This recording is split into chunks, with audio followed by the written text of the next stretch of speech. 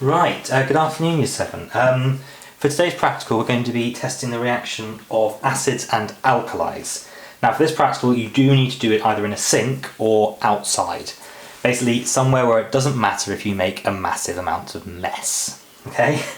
All you need for this practical is a bottle. I'm just using a glass bottle because I happen to find one. I recommend you just find a plastic drinks bottle or an old bottle of washing up liquid that you've emptied. Okay, just make sure it's washed out and it's nice and dry. The other things you'll need, other than the bottle, you'll need this thing called bicarbonate of soda or baking soda. It doesn't need to be this fancy stuff that I found in our house. You can quite happily just use the stuff you get from Tesco's or Aldi. It's about 50p for a pot, okay? Really nice and cheap. And you'll need some vinegar, all right?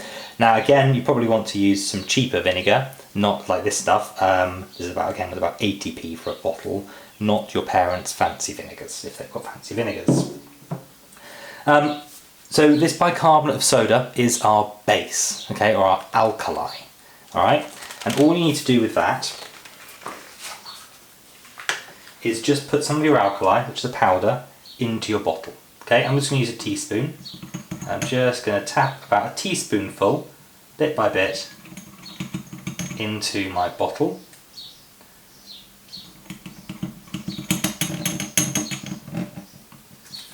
At the bottom. There we go. Alright?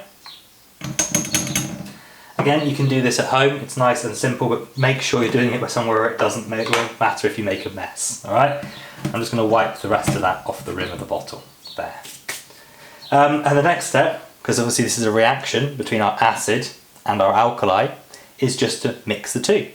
So you're just going to pour some of your vinegar into the bottle, nice and carefully, and then stand back. So I pour some of this in, and then stand back. You can see it reacting and bubbling and foaming and frothing. I'm actually going to keep adding some more vinegar in because I don't think that's quite enough. And it overflows, it starts pouring down the side, and you hear it bubbling and frothing. Now, because this is a bicarbonate, it's producing some carbon dioxide, which is that frothing bubble.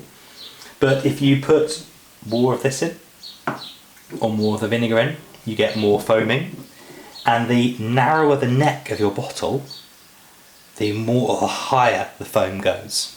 And I have had one Year 7 before do this practical, and managed to get the foam up to about this high in like a little fountain, alright? Which looks very, very cool. Which is a fun little practical you can do in the house. It does smell rather disgustingly of vinegar, but it's a good reaction between our acid, vinegar, and your alkali or base, bicarbonate of soda, okay? You can still hear it fizzing and bubbling away in there. Actually looking surprisingly a little bit like Coca-Cola. Ooh, still bubbling and fizzing. I'll give it a bit of a shake. Ooh, still climbing, going back again. Oh, there we go. The reaction's running out, so it's collapsing back down again.